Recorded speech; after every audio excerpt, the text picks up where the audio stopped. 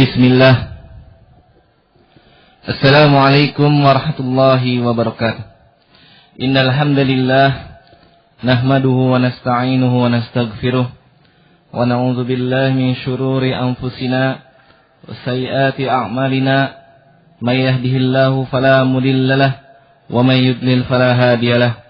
Asyhadu an la ilaha illallah wahdahu la syarika lahu wa asyhadu anna Muhammadan 'abduhu wa rasuluh. Para pendengar radio dakwah salafiyah rahimani wa rahimakumullah. Insyaallah kita akan segera memulai acara kuliah subuh ini pada pembahasan kitab Qawaidul Arba. Alhamdulillah Ustaz Abu Abdullah Sufyan hafizahullah, beliau sudah siap untuk menyampaikan pembahasan dari materi-materi kitab Qawaidul Arba. Maka kepada para pendengar radio dakwah salafiyah rahimani wa rahimakumullah, semoga Allah Subhanahu wa taala senantiasa memberikan semangat kepada antum semua dan juga kepada kita agar senantiasa terus untuk semangat di dalam menuntut ilmu agama ini. Kemudian sebelum acara ini dimulai, ada informasi yang ingin kami sampaikan, bahwasanya di tanggal 3 Jumadil Tsani ini, insyaallah mudah-mudahan radio dakwah salafiyah bisa terus eksis untuk menyiarkan acara-acara kajian ilmiah, dakwah, sirah dan murattal yang insyaallah akan memberikan banyak faidah kepada antum semua. Dan bagi antum yang ingin bertanya, silahkan saja kirimkan pertanyaannya, baik permasalahan masalah akidah maupun fikih, melalui nomor 085353020304. Sekali lagi saya sebutkan nomornya supaya dicatat saja. Harap kirimkan pertanyaannya melalui SMS ke nomor 085353020304. Untuk itu kami persilakan kepada Al-Ustaz Abu Abdullah Sufyan untuk langsung memberikan pembahasan dari kitab Qawaidul Arba.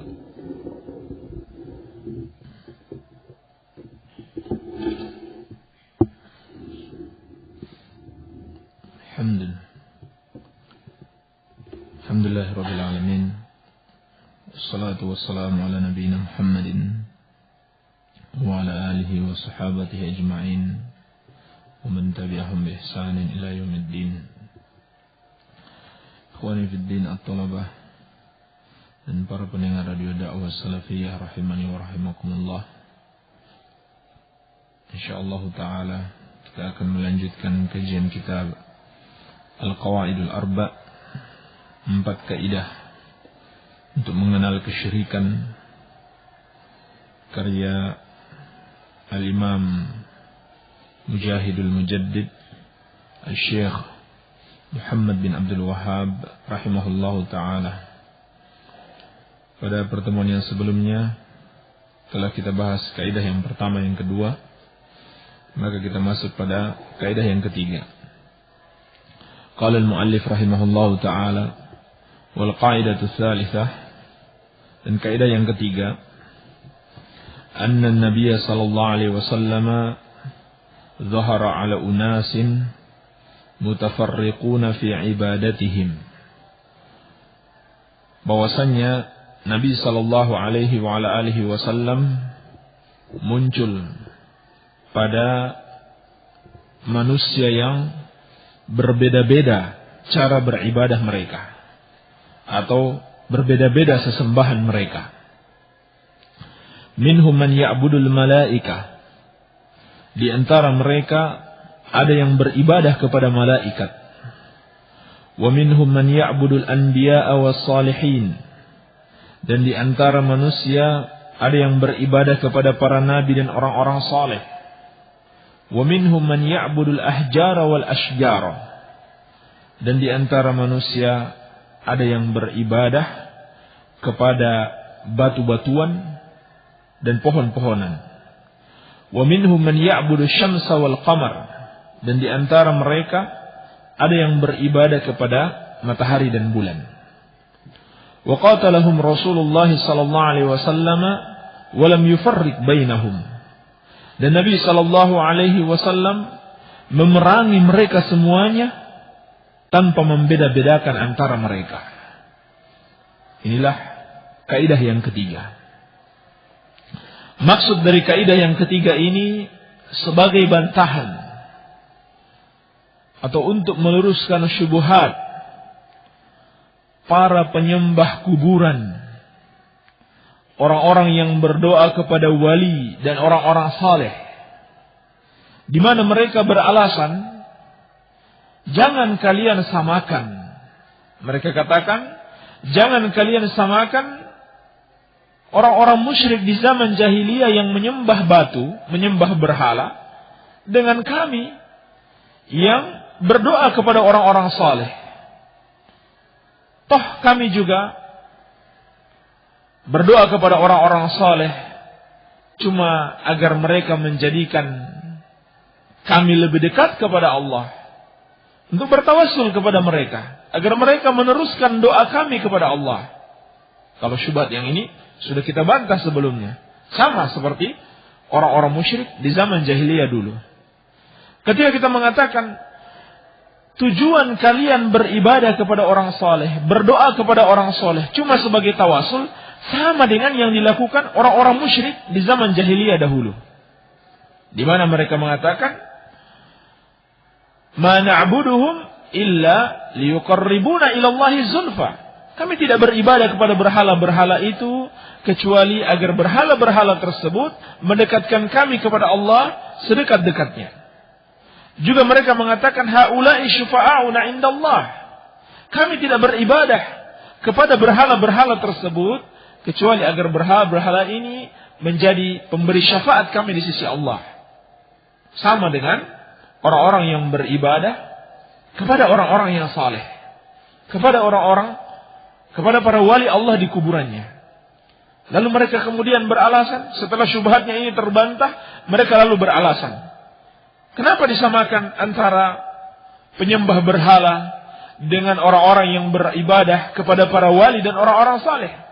Berarti kalian menyamakan antara berhala dan para wali. Maka bantahan kepada mereka dengan mengatakan, sesungguhnya Nabi sallallahu alaihi wasallam memerangi seluruh kaum musyrikin yang ada di zaman jahiliyah.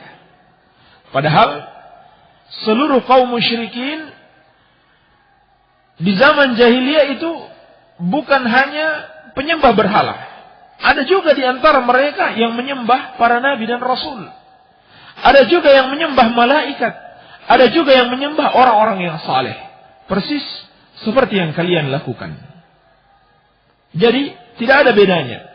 Nabi sallallahu alaihi wasallam memerangi seluruh kaum musyrikin, baik yang menyembah malaikat, yang menyembah para nabi dan rasul, yang menyembah batu-batuan dan pohon-pohonan, demikian pula yang menyembah matahari, bulan dan bintang. Semuanya tanpa tersisa diperangi oleh Rasulullah sallallahu alaihi wasallam. Maka alasan ini terbantah, tidak bisa diterima. Sama saja berdoa, beribadah kepada orang-orang saleh dan beribadah kepada berhala itu sama saja. Dan penyamaan di sini bukan penyamaan antara para wali dan berhala, tetapi pada perbuatan penyembahan kepada selain Allah Subhanahu wa taala. Jadi bukan maksudnya kita menyamakan antara para wali dan berhala-berhala tersebut, tidak sama sekali.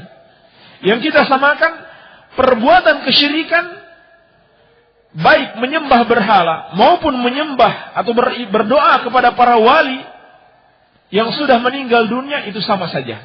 Tidak ada bedanya, sama-sama perbuatan menyekutukan Allah Subhanahu wa taala. Maka Nabi sallallahu alaihi wasallam memerangi seluruh orang musyrik di zaman beliau, tidak membedakan. Baik yang menyembah berhala, yang menyembah batu, yang menyembah pohon-pohonan, maupun yang menyembah malaikat, para nabi dan rasul, dan orang-orang saleh, semuanya diperangi oleh Rasulullah sallallahu alaihi wasallam. Iya.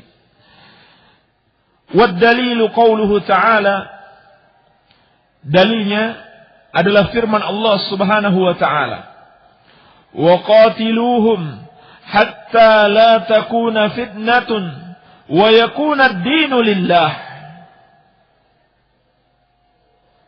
Dalam surat Al-Baqarah ayat ke-193, Allah Subhanahu wa ta'ala berfirman, dan perangilah mereka sampai tidak ada lagi fitnah dan agama menjadi hanya bagi Allah Subhanahu wa ta'ala. Kata Allah Subhanahu wa ta'ala kepada Rasulnya, dan perangilah mereka, yakni orang-orang yang menyekutukan Allah. Mencakup seluruhnya, ayat ini umum, mencakup seluruh orang-orang yang menyekutukan Allah Subhanahu wa ta'ala tanpa dibeda-bedakan. Demikian pula hatta la takuna fitnah, sampai tidak ada lagi fitnah. Fitnah, sebagaimana kata Abdullah bin Abbas radhiyallahu taala anhuma, maknanya adalah kesyirikan. Perangilah mereka, perangilah seluruh orang-orang musyrik sampai tidak ada lagi kesyirikan. Perhatikan, fitnah dalam bentuk nakirah, dalam bentuk umum, artinya semua bentuk kesyirikan tanpa terkecuali. Wa yakuna ad-dinu lillah, sampai agama hanya bagi Allah, yakni maksudnya yukhlisut tauhid lillahi azza wa jalla. Seperti kata Abdullah bin Abbas radhiyallahu taala anhuma, sampai mereka mengikhlaskan tauhid hanya bagi Allah Subhanahu wa taala. Ini dalilnya. Secara umum Nabi sallallahu alaihi wasallam diperintahkan untuk memerangi seluruh kaum musyrikin tanpa membedakan kaum musyrikin yang menyembah berhala maupun yang menyembah orang-orang saleh. Kemudian beliau mulai merinci satu persatu dalil akan adanya berbagai macam bentuk kesyirikan dan penyembahan kepada berbagai macam bentuk sesembahan selain Allah Subhanahu wa ta'ala. Wa dalilu syamsi wal qamari qauluhu ta'ala. Adapun dalil tentang adanya penyembahan terhadap matahari dan bulan adalah firman Allah Subhanahu wa ta'ala, wa min ayatihi al-lailu wan naharu wasyamsu wal qamar la tasjudu lisyamsi wala lil qamari wasjudu lillahi alladhi khalaqahunna in kuntum iyyahu ta'budun. Surat Fussilat ayat ke-37. Kata Allah Subhanahu wa ta'ala, dan di antara tanda-tanda kekuasaan Allah adanya malam dan siang, matahari dan bulan. Janganlah kalian sujud kepada matahari dan jangan pula kepada bulan, tetapi sujudlah kepada Allah yang menciptakan matahari dan bulan, dan menciptakan langit dan bumi, menciptakan malam dan siang, kalau benar-benar kalian hanya beribadah kepadanya. Ayat ini jelas menunjukkan larangan beribadah kepada matahari dan bulan, sebab di zaman tersebut sudah ada orang-orang yang menyembah matahari dan bulan. Oleh karena itu, Nabi sallallahu alaihi wasallam melarang kita sholat ketika matahari mulai terbit sampai dia benar-benar sempurna. Demikian pula Nabi sallallahu alaihi wasallam melarang kita sholat ketika matahari mulai tenggelam. Ketika matahari mulai tenggelam sampai dia benar-benar tenggelam, baru boleh kita sholat maghrib. Sebab hal itu menyerupai orang-orang yang sujud kepada matahari kalau kita sholat di waktu-waktu tersebut. Karena menyerupai orang-orang yang sujud kepada matahari. Berarti Di zaman tersebut sudah ada orang yang menyembah matahari dan bulan, bukan saja menyembah berhala. Wa dalilul malaikah qauluhu ta'ala. Adapun dalil adanya penyembahan terhadap malaikat adalah firman Allah Subhanahu wa taala, "Wa la ya'murukum an tattakhidhu al malaikata wan nabiyyina arbaban." Dalam surat Ali Imran ayat ke-80. Dan Allah tidak memerintahkan kalian menjadikan para malaikat dan para nabi sebagai rab-rab, sesembahan selain Allah Subhanahu wa taala. Menunjukkan adanya orang-orang yang menjadikan malaikat dan para nabi sebagai sesembahan selain Allah Subhanahu wa taala. Wa dalilul anbiya qauluhu ta'ala. Dan dalil adanya penyembahan terhadap para nabi secara khusus adalah firman Allah Subhanahu wa taala, "Wa idz qala Allah ya Isa ibn Maryam." Dan ketika Allah mengatakan kepada Isa bin Maryam, yakni pada hari kiamat kelak, Allah Subhanahu wa taala secara khusus akan meminta pertanggungjawaban Nabi Isa alaihi salam atas apa yang terjadi terhadap umat Nasrani. "A anta qulta lin-nasi ittakhiduni wa ummi ilahaini min dunillah?" Wahai Isa bin Maryam, apakah engkau mengatakan kepada manusia, jadikan aku dan ibuku sebagai sesembahan selain Allah? Qala subhanaka ma yakunu li an aqula ma laysa li bihaq. Kata Isa alaihissalam, Maha suci engkau. Tidaklah patut bagiku untuk mengatakan yang aku tidak memiliki hak padanya. In kuntu qultuhu faqad alimtah. Andaikan aku mengatakannya, sungguh engkau telah tahu. Ta'lamu ma fi nafsi wa la a'lamu ma fi nafsik. Engkau mengetahui apa yang ada dalam diriku, sedangkan aku tidak mengetahui apa yang ada dalam dirimu. Innaka kunta 'allamul ghuyub. Sesungguhnya engkau Maha mengetahui yang gaib. Al-Maidah ayat ke-116. Ini menunjukkan umat Nasrani yang beribadah kepada Nabi Isa alaihi salam sudah ada di zaman tersebut. Tetapi sama saja, Nabi sallallahu alaihi wasallam tetap memerangi mereka, tetap menyalahkan mereka.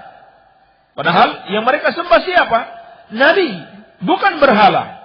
Seorang nabi yang mulia, jauh lebih mulia dibanding para wali, dibanding seluruh orang-orang saleh yang ada di zaman ini, yaitu Nabi Isa alaihi salam. Tetapi Nabi sallallahu alaihi wasallam tidak membedakan. Nabi sallallahu alaihi wasallam tidak membeda-bedakan apakah mereka menyembah nabi atau menyembah berhala. Beliau tetap memerangi. Wa dalilus salihin qauluhu ta'ala.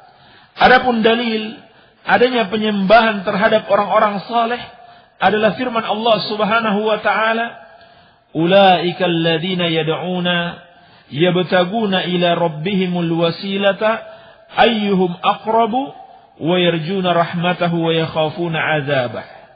Dalam surat Al-Isra ayat ke-57. Allah Subhanahu wa taala berfirman, orang-orang yang mereka sembah sangat menginginkan kepada Allah suatu wasilah, yakni suatu amal saleh yang bisa mendekatkan mereka kepada Allah. Ayyuhum aqrab, siapa di antara mereka yang lebih dekat kepada Allah? Wa yarjuna rahmatahu, dan mereka mengharap rahmat Allah. Wa yakhafuna 'adzabah, dan mereka takut dari azab Allah Subhanahu wa taala. Ulama terhadap ayat ini ada dua penafsiran tentang siapa yang dimaksud dengan ayat ini.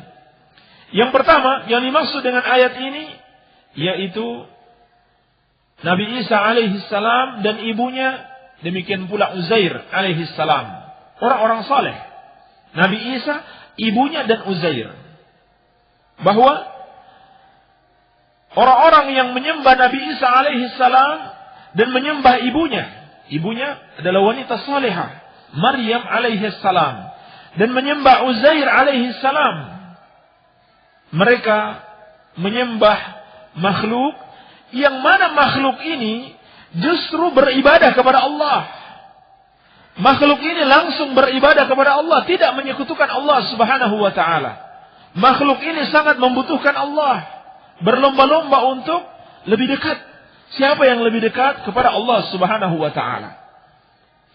Penafsiran yang kedua, seperti dalam riwayat Bukhari dari Abdullah bin Mas'ud radhiyallahu taala anhu, bahwasanya dahulu sebagian manusia menyembah jin, menyembah sebagian jin. Lalu ternyata Allah Subhanahu wa taala memberikan hidayah kepada jin ini, lalu mereka masuk Islam. Dan jadilah mereka jin-jin yang saleh. Tetapi orang-orang yang dulu menyembah mereka masih saja beribadah kepada para jin tersebut. Padahal mereka sendiri telah masuk Islam, telah beribadah hanya kepada Allah Subhanahu wa taala. Jadi menunjukkan bahwasannya manusia dahulu di zaman Nabi sallallahu alaihi wasallam ada yang menyembah orang-orang saleh, yang saleh dari kalangan manusia maupun yang saleh dari kalangan jin. Tetapi Nabi sallallahu alaihi wasallam tidak membeda-bedakan mereka dengan para penyembah berhala. Tetap Nabi sallallahu alaihi wasallam memerangi mereka, menunjukkan bahwasanya tidak ada bedanya kesyirikan mereka dengan kesyirikan para penyembah berhala. Wa dalilul ahjari wal asyjari qauluhu ta'ala. Adapun dalil adanya penyembahan terhadap batu-batuan dan pepohonan adalah firman Allah Subhanahu wa taala, "Afara'aitumul Lata wal Uzza wa Manata tsalitsatal ukhra." Dalam surat An-Najm ayat ke-19 dan 20. Kata Allah Subhanahu wa taala,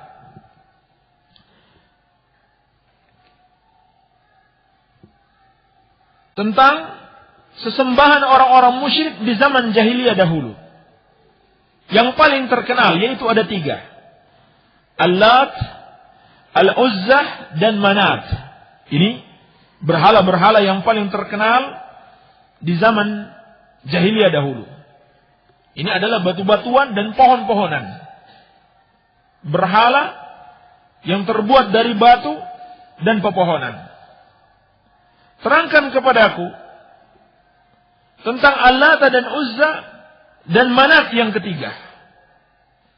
Apakah mereka bisa memberikan manfaat kepada kalian? Apakah bisa menolong kalian? Ayat ini menunjukkan adanya penyembahan terhadap batu-batuan dan pohon-pohonan di zaman Nabi sallallahu alaihi wasallam, yaitu penyembahan terhadap 3 berhala yang terkenal. Al-Lat, Al-Uzzah, dan Manat. Disebutkan oleh para ulama, Al-Lat itu awalnya nama atau julukan bagi seorang yang saleh. Seorang yang saleh yang suka menumbuk gandum dan dia beri makan kepada orang-orang yang berhaji. Ketika dia meninggal, lalu mereka membangun kuburannya.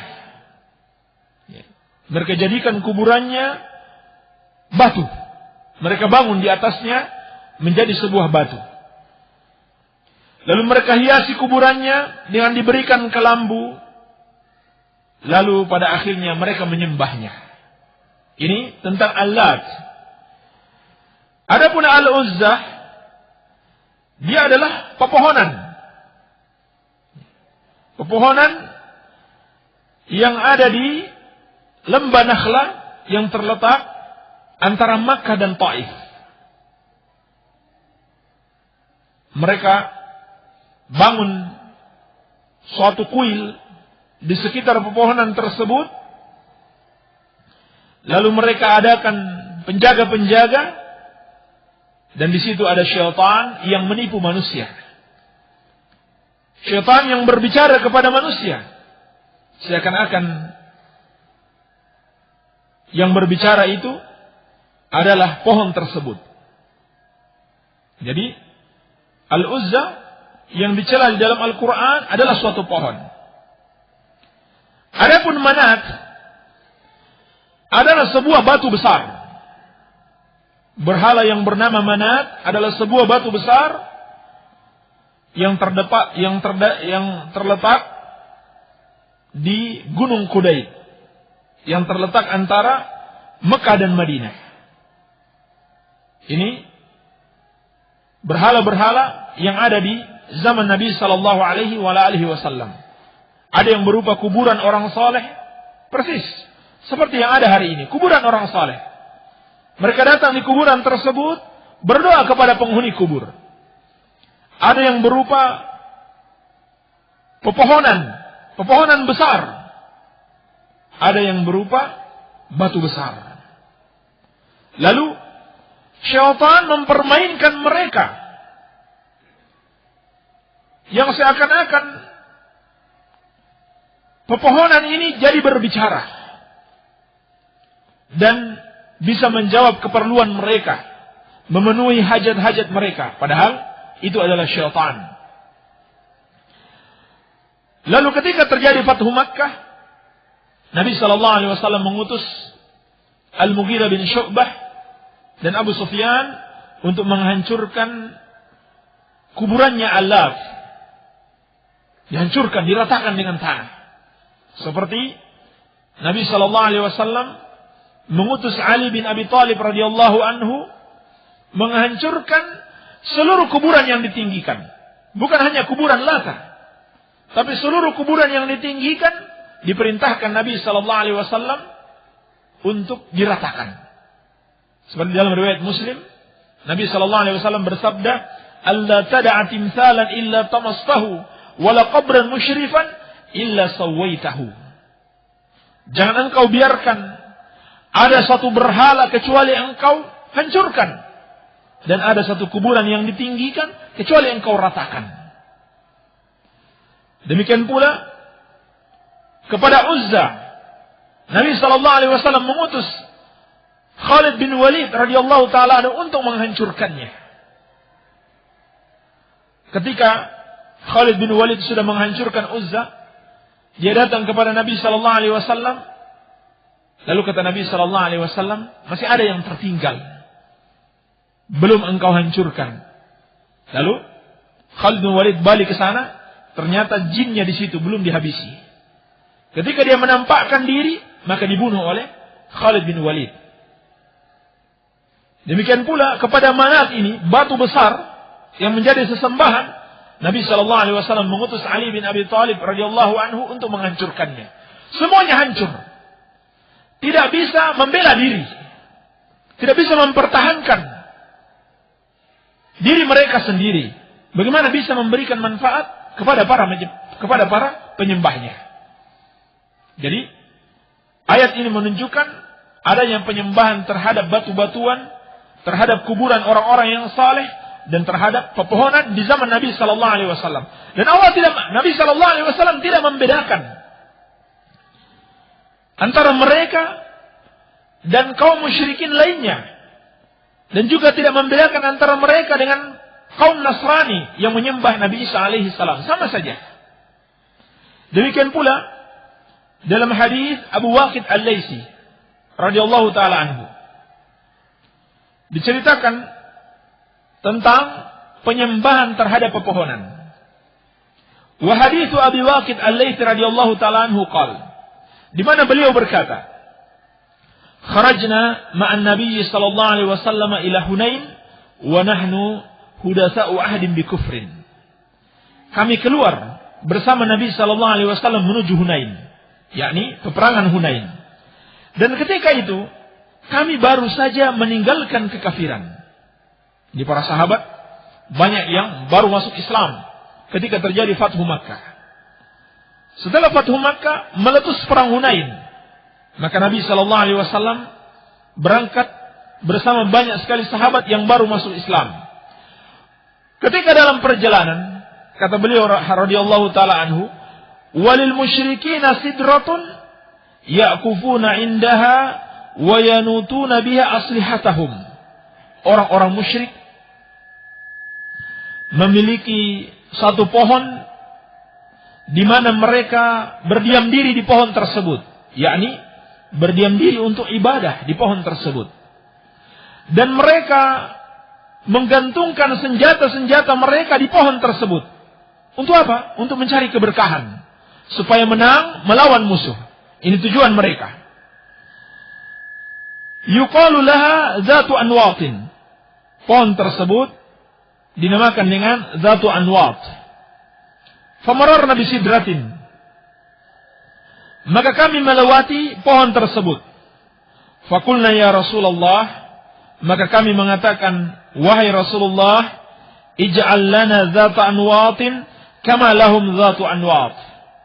Buatkanlah untuk kami pohon zatu anwat yang bisa kami mencari keberkahan dengan menggantungkan senjata-senjata di pohon tersebut, sebagaimana kaum musyrikin memiliki pohon zatu anwat. Lalu apa kata Nabi sallallahu alaihi wasallam? Allahu akbar. Innaha sunan. Qultum walladhi nafsi biyadih. Allahu akbar. Sesungguhnya ini adalah kebiasaan orang-orang Yahudi dan Nasrani dahulu. Apa yang kalian ucapkan?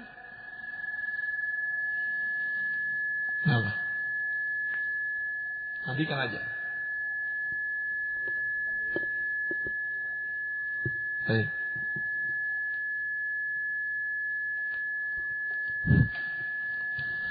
Kata Nabi sallallahu alaihi wasallam,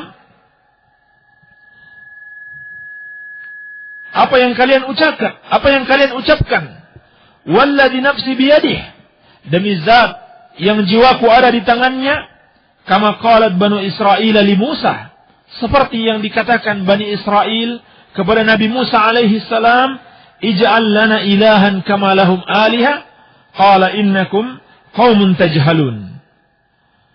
Kata Bani Israel kepada Nabi Musa alaihi salam, buatkan kami sesembahan-sesembahan sebagaimana mereka memiliki sesembahan. Jadi Bani Israel ini setelah Allah Subhanahu wa taala menyelamatkan mereka dari kejaran Firaun, setelah mereka mendapatkan kenikmatan dari Allah, lalu dalam perjalanan mereka melihat orang-orang musyrikin menyembah selain Allah. Lalu mereka katakan kepada Nabi Musa alaihissalam, buatkanlah kami sesembahan sebagaimana mereka memiliki sesembahan.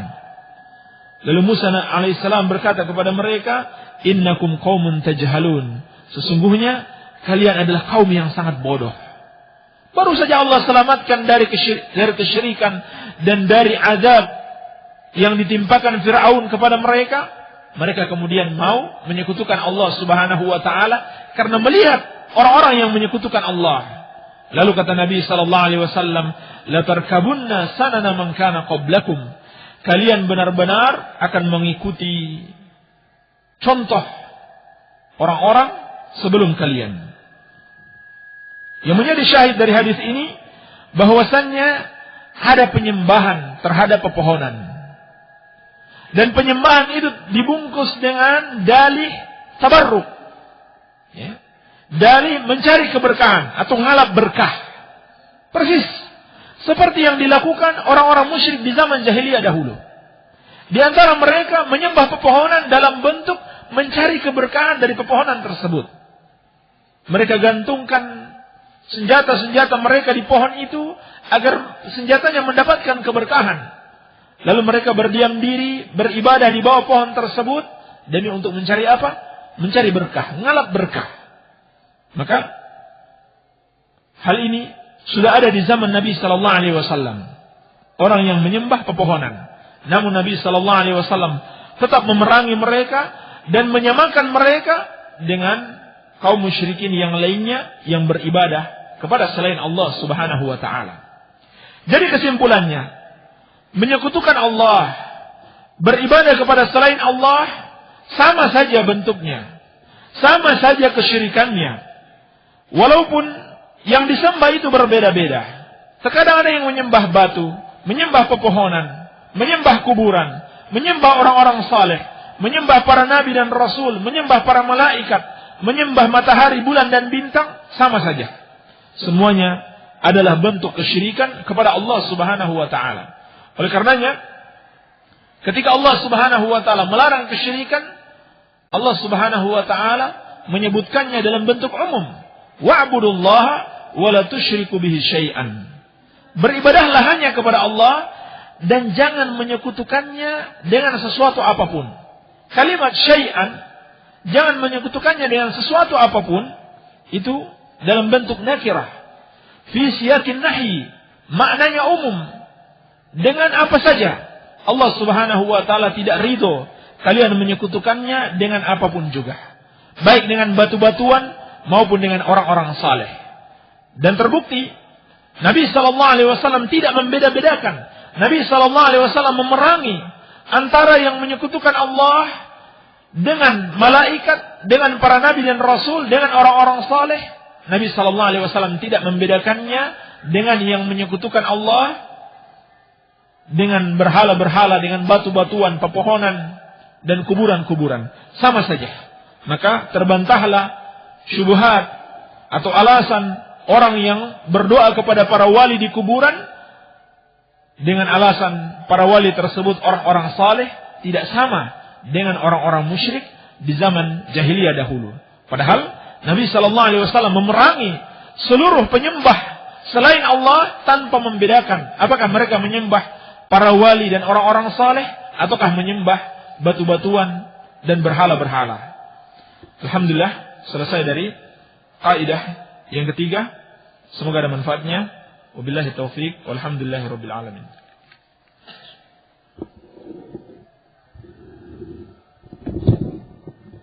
Alhamdulillah, demikian tadi apa yang telah disampaikan oleh Ustaz Abu Abdullah Sufyan. Mudah-mudahan para pendengar Radio Dakwah Salafiyah paham ya, mengapa tidak boleh kita menyembah, kenapa Rasulullah SAW memerangi orang yang menyembah berhala, tapi juga memerangi juga orang-orang yang menyembah orang-orang yang soleh, para nabi ataupun para malaikat. Dan tadi mohon maaf apabila ada gangguan sedikit dengan teknis, qadarullah. Dan kita sekarang masuki sesi tanya jawab. Dan telah ada pertanyaan yang telah masuk. Mudah-mudahan Allah Subhanahu wa taala memberikan pertolongannya kepada Ustaz Abu Abdullah Sufyan untuk menjelaskan pertanyaan-pertanyaan yang telah masuk. Bagi yang ingin bertanya atau ada yang belum jelas, silahkan ditanyakan saja melalui SMS ke nomor 085353020304. Ini langsung saja kepada Ustaz untuk menjelaskan pertanyaan yang telah masuk.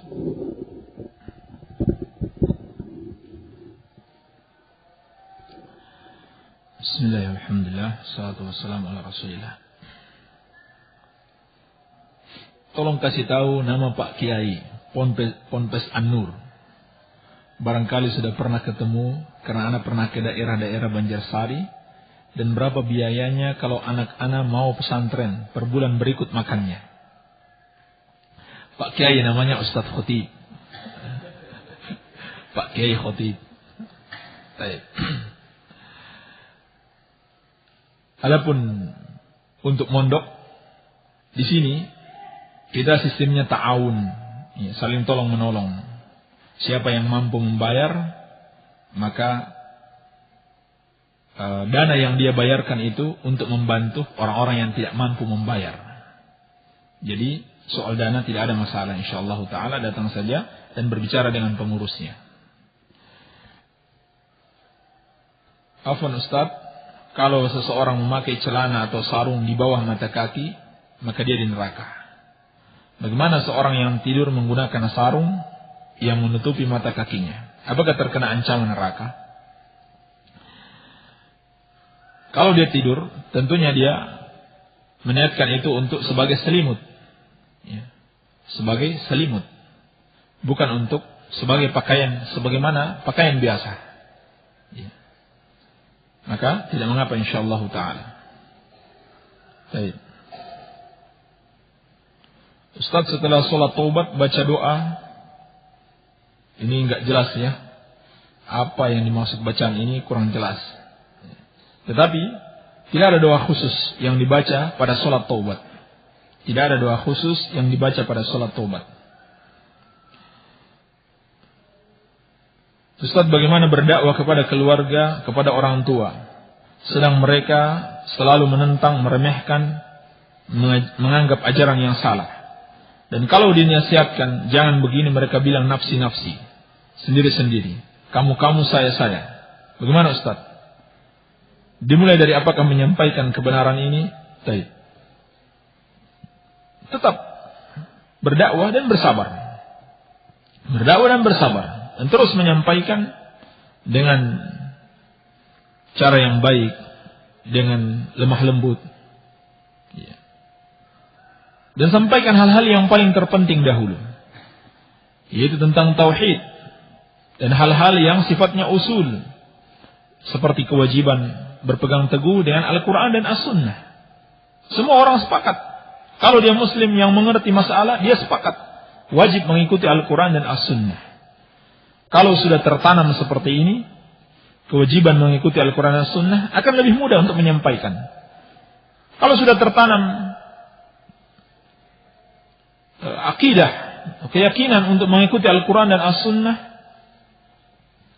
akan mudah kita menyampaikan apabila kita menyampaikan dengan dalil, dengan Al-Quran dan As-Sunnah. Ada bukti yang jelas bahwa dakwah yang kita sampaikan adalah berasal dari Al-Quran dan As-Sunnah.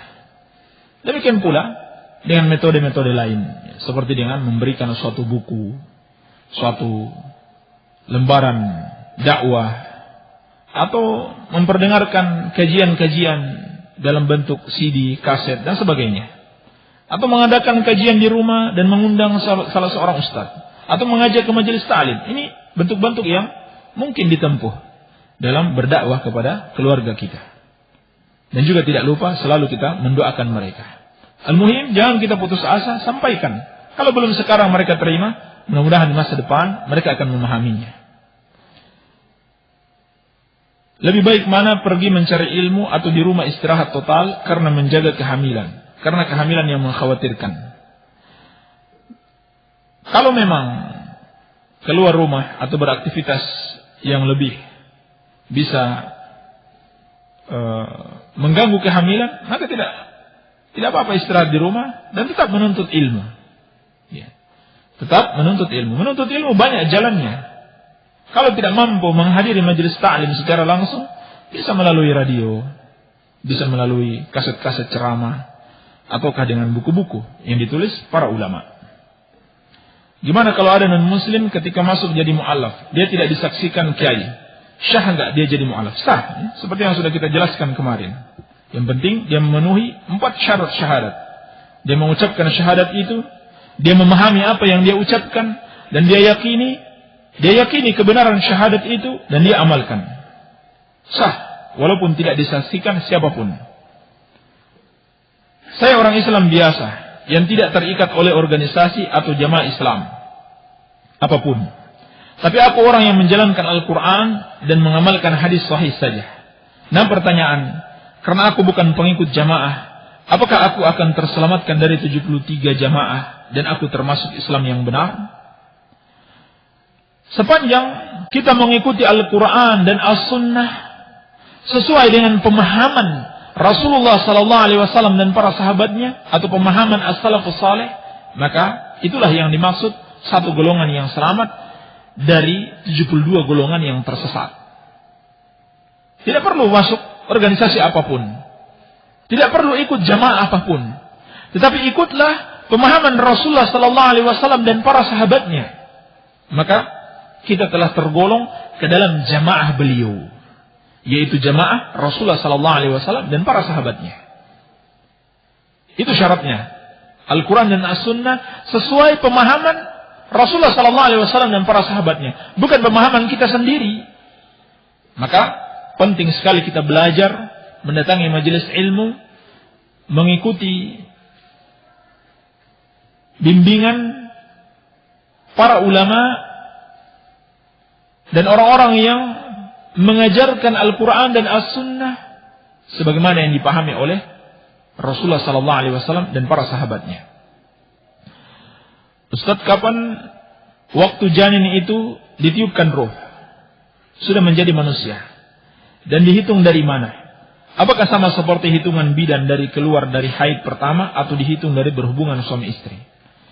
Ditiupkan ruh itu setelah berapa? 4 bulan. Ya? Setelah 4 bulan. 4 bulan itu berapa hari? 120. Ya seperti dalam hadis Abdullah bin Mas'ud dalam riwayat Bukhari. Inna ahadakum yujma'u khalquhu fi batni ummihi 40 yawman nutfatan. Sesungguhnya penciptaan kalian di perut ibu kalian selama 40 hari berupa nutfah. Tsumma yakunu 'alaqatan. Kemudian menjadi 'alaqah. Yakni darah. Sudah 80 hari ya. Tsumma yakunu mudghatan. Kemudian menjadi mudghah. Ditambah 40 lagi. Berarti berapa? Jadi berapa? 120. Ya. Tsumma yakunu mudghatan mithlu dzalik. Tsumma yab'atsu Allahu ilaihi malakan. Lalu Allah Subhanahu wa taala mengutus malaikat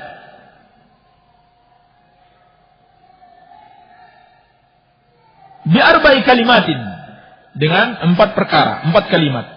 Bikat bi amalihi wa ajalihi wa rizqihi. Yaitu menuliskan amalnya, ajalnya, rizkinya, wa syaqiyun aw sa'idun, dan apakah dia celaka atau bahagia. Summa yanfukhu fihi ruha. Lalu dia, malaikat ini meniupkan ruh padanya. Jadi 120 hari. 120 hari. 4 bulan itu ya? Ya, 4 bulan. 120 hari ditiupkan ruh. Baik.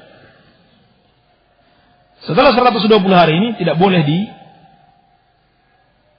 digugurkan dengan alasan apapun.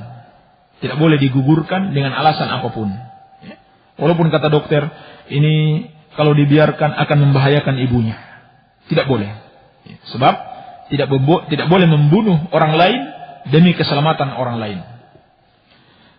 Selamat pagi. Saya mau tanya. Ini tidak bagus ya. Baiknya diganti Assalamualaikum. Apa yang dimaksud dengan santri? Terima kasih. Santri itu pelajar. Apa hukum mengeraskan suara pada sholat malam? Ini Tat, anak punya saudara, dia semangat dalam menjalankan sholat malam.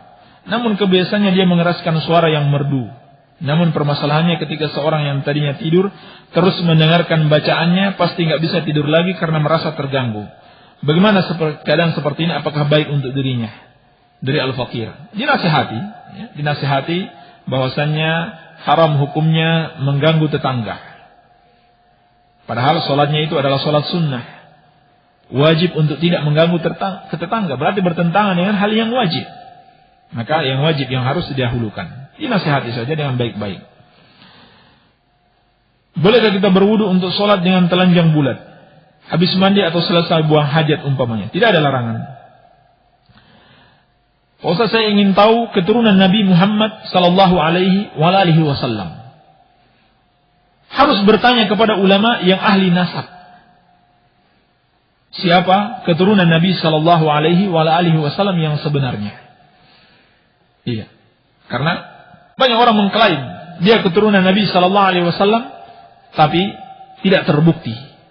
Tidak terbukti dia keturunan Nabi sallallahu alaihi wasallam. Iya. Ustaz, sebelumnya mohon maaf. Tadi dari semua nabi hanya Nabi Muhammad sallallahu alaihi wasallam yang bisa memberikan syafaat. Semua nabi. Bukan hanya Nabi sallallahu alaihi wasallam yang bisa memberikan syafaat. Semua nabi memberikan syafaat.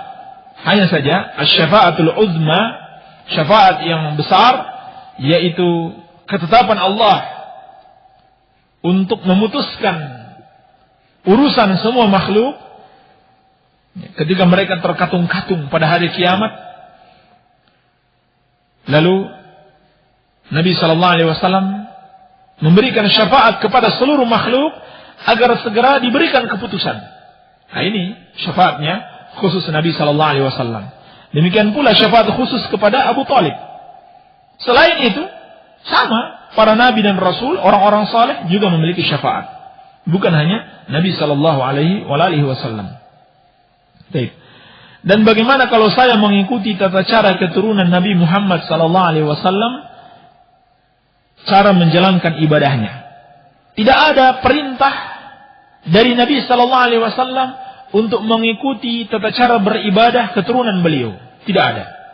Yang ada perintah mengikuti tata cara yang diajarkan oleh Rasulullah SAW, bukan yang diajarkan oleh keluarga beliau. Sehingga siapapun keluarga Nabi SAW, kalau ajarannya sesuai dengan ajaran Nabi SAW, baru boleh kita ikuti. Tapi kalau bertentangan dengan ajaran Nabi SAW, seperti perbuatan-perbuatan bid'ah, orang-orang yang mengklaim keturunan Nabi SAW, sama saja, tidak boleh kita ikuti. Tidak boleh kita ikuti. Baik.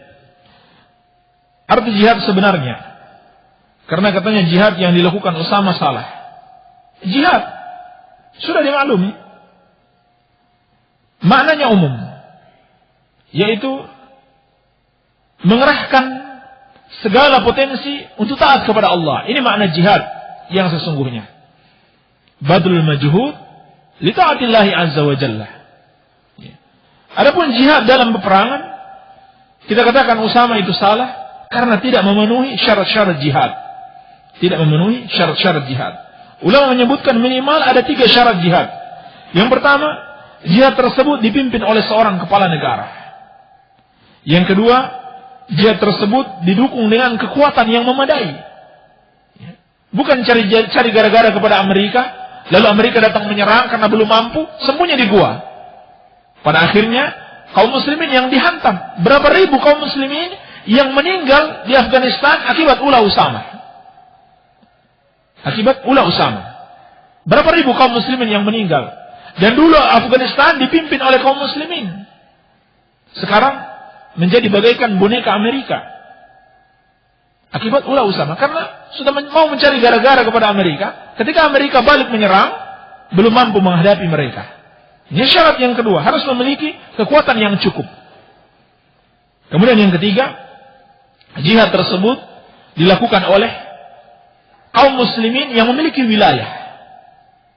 Oleh karenanya Nabi SAW tidak pernah diizinkan berperang kecuali setelah beliau memiliki wilayah Madinah dan memiliki pendukung-pendukung, yaitu para sahabat ridwanullahi ta'ala alaihim. Jadi jihad itu bukan sembarang jihad, harus ada syarat-syaratnya. Ketika jihad tidak didukung para ulama, tidak dibimbing para ulama, maka akibatnya bukan meninggikan Islam, malah mempermalukan Islam. Apakah acara tahlil dan yasinan untuk para arwah dan tawassul kepada para nabi dan waliullah, apakah musyrik? Makasih. Yang pertama, itu adalah kebid'ahan. Tahlilan, yasinan untuk para arwah itu adalah kebid'ahan. Kalau mereka berdoa kepada para nabi dan wali, walaupun dengan dalih tawasul, sama yang sudah kita jelaskan barusan, walaupun dengan dalih tawasul, mereka berdoa kepada nabi dan wali, maka itu adalah kesyirikan. Sebab tidak boleh berdoa kepada selain Allah. Ulama seluruhnya sepakat, siapa yang menjadikan perantara antara dirinya dengan Allah, untuk berdoa kepada perantara tersebut dengan dalih tawasul, maka dia kafir, musyrik, sebab dia telah mempersembahkan ibadah kepada selain Allah. Makanan-makanan orang yang sedang kena musibah kematian hukumnya kan haram. Sampai kapan batas waktu keharamannya?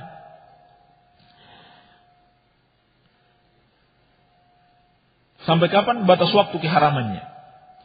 Sepanjang makanan ini diniatkan untuk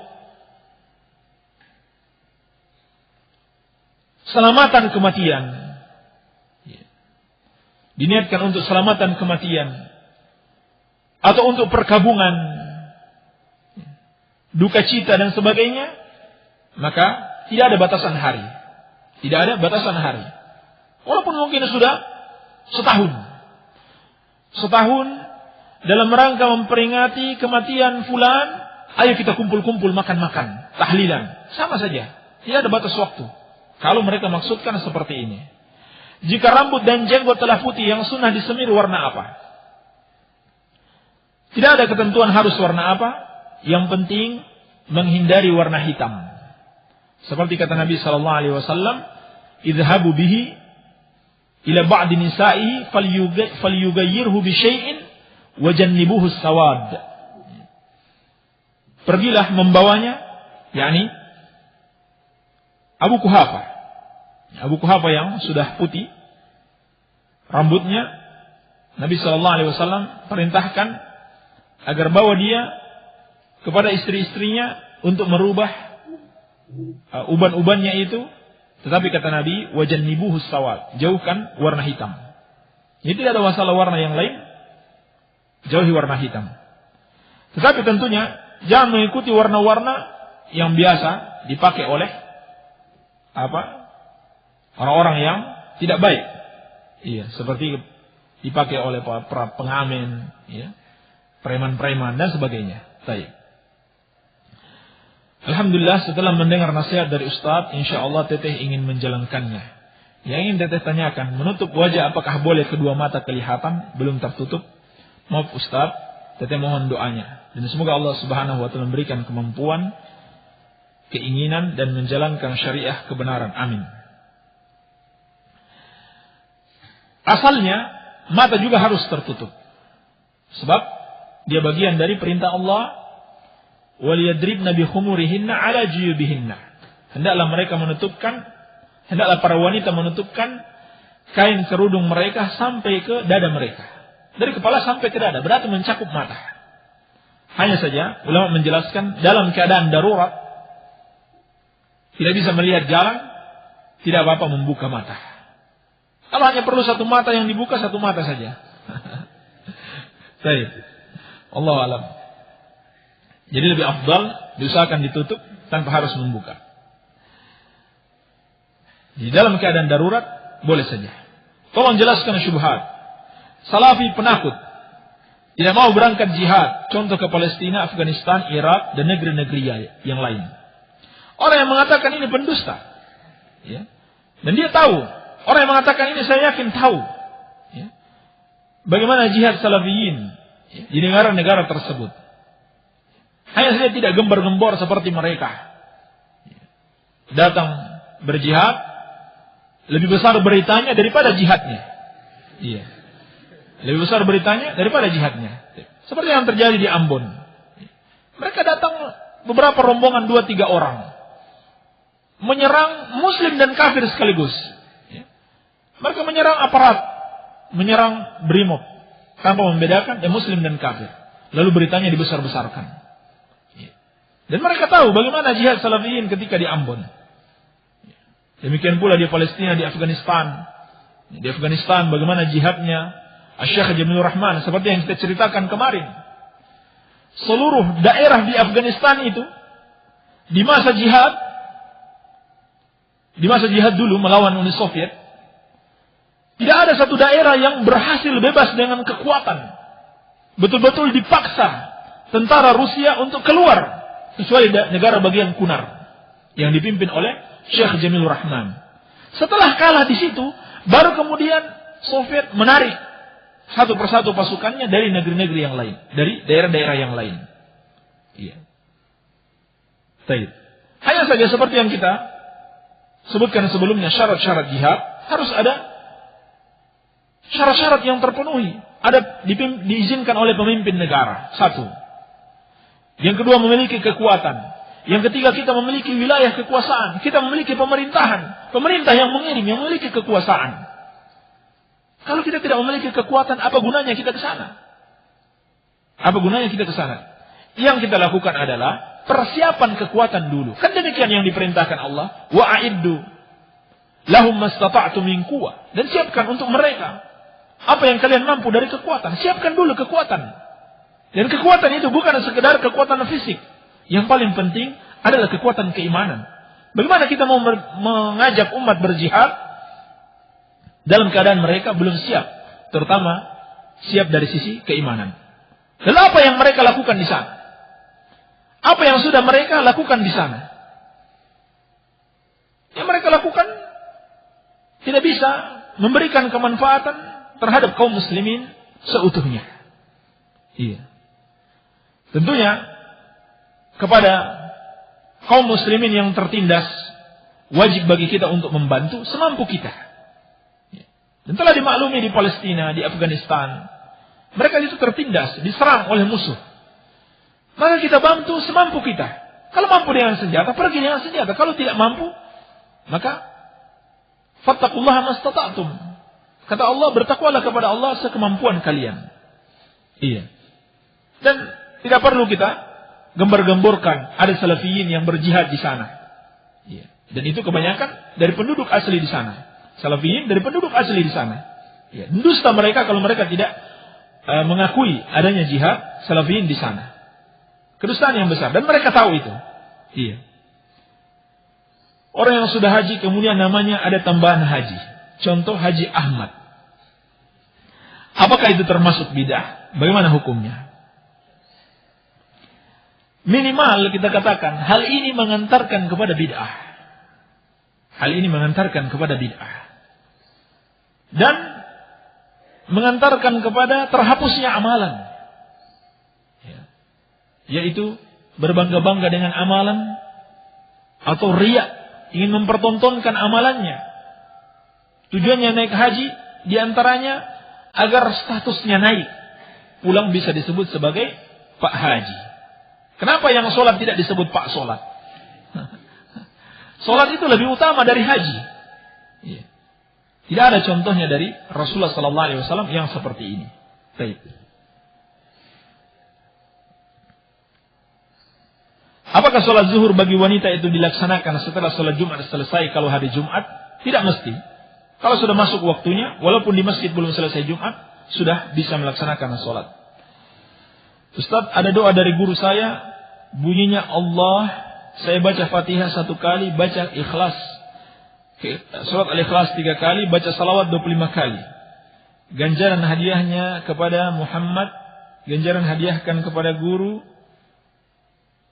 semua ganjaran hadiahkan kepada Syekh Maulana Bahauddin yang mempunyai tarekat Naqsyabandiyah, Qadisiyah, dan seterusnya. Itu guru saya. Ustaz, mohon dijelaskan artinya yang terkandung dalam doa tersebut. Mungkin saja yang dibaca doanya bagus, tapi yang seperti ini tidak ada petunjuknya dari Rasulullah SAW. Apakah ada petunjuknya? Nabi SAW memerintahkan baca Fatihah 1 kali, Al-Ikhlas 3 kali, lalu salawat 25 kali. Tidak ada petunjuknya dari Nabi SAW. Lalu apakah ada petunjuknya dari Nabi SAW? Ini bacaan saya hadiahkan kepada beliau dan kepada guru-guru saya. Demikian pula tarekat Naqsyabandiyah adalah tarekat bid'ah. Tidak ada petunjuknya dari Nabi SAW. Ustaz di sini mau mengadakan peringatan Isra Mi'raj di musalla. Semua kumpulan, sebagian baca ayat Quran, setelah tinggal bacaan salawat selesai, lalu kajian dimulai. Yang saya tanyakan Ustaz, umpama saya sedekah berupa makanan, tapi hanya nitip membawanya, suruh sampaikan ke tempatnya. Saya sendiri tidak mendatangi, kira-kira benar? Tidak yang seperti itu. Sudah dimaklumi, perbuatan itu termasuk bid'ah. Tidak ada petunjuknya dari Nabi SAW. Maka, kalau kita membantu dalam bentuk makanan, berarti kita tolong menolong di dalam dosa. Allah telah melarang wala ta'awanu 'alal itsmi wal udwan. Jangan kalian tolong menolong dalam dosa dan permusuhan. Subhanallah walhamdulillah wala ilaha illallah Allahu akbar, ya Rahman, ya Rahim, ya Ghafur, ya Razzaq. Mohon penjelasannya. Kalau mau berdoa, ya Rahman, ya Rahim, ya Ghafur, ya Razzaq, irhamni, dan seterusnya, berdoa, tidak apa-apa. Pak Ustaz, saya mau tanya, kalau ada umat Islam yang tertindas oleh orang-orang kafir, seperti dulu di Ambon, di Poso, atau di Palestina, apakah kita perlu membela dan termasuk jihad? Hukum jihad itu bisa terbagi dua. Bisa fardu ain, bisa fardu kifayah. Bisa fardu ain, bisa fardu kifayah. Fardu ain terhadap orang-orang yang tinggal di daerah tersebut. Tinggal di daerah tersebut. Ya. Kalau sudah diserang oleh musuh, fardu ain bagi setiap mereka yang ada di situ untuk membela diri. Adapun yang tinggal di tempat lain, maka hukumnya fardu kifayah. Hukumnya fardu kifayah. Dan itu disesuaikan dengan kemampuan. Disesuaikan dengan kemampuan dan syarat-syarat berjihad. Dan syarat-syarat berjihad sebagaimana sudah kita jelaskan. Baik, barangkali ini saja yang bisa kita jawab. Mohon maaf yang belum terjawab. Insyaallah taala kita lanjutkan pada kesempatan yang akan datang. Subhanaka Allahumma bihamdika asyhadu an la ilaha illa anta astaghfiruka wa atubu ilaik. Wa sallallahu ala nabiyyina Muhammadin wa alihi wasallam. Walhamdulillahi rabbil alamin. Alhamdulillah, demikian mungkin akhir perjumpaan kita pada pagi hari ini. Insyaallah mudah-mudahan besok kita diizinkan oleh Allah Subhanahu wa taala untuk melanjutkan lagi besok. Dan bagi para pendengar radio dakwah salafiyah yang masih ingin bertanya, silakan saja kirimkan pertanyaannya ke nomor 085353020304. Sekali lagi saya sebutkan, jika masih ada pertanyaannya silakan kirimkan saja ke nomor 085353020304. Kita akhiri perjumpaan kita. Subhanakallahumma wa bihamdika asyhadu an la ilaha illa anta astaghfiruka wa atubu ilaik. Assalamualaikum warahmatullahi wabarakatuh.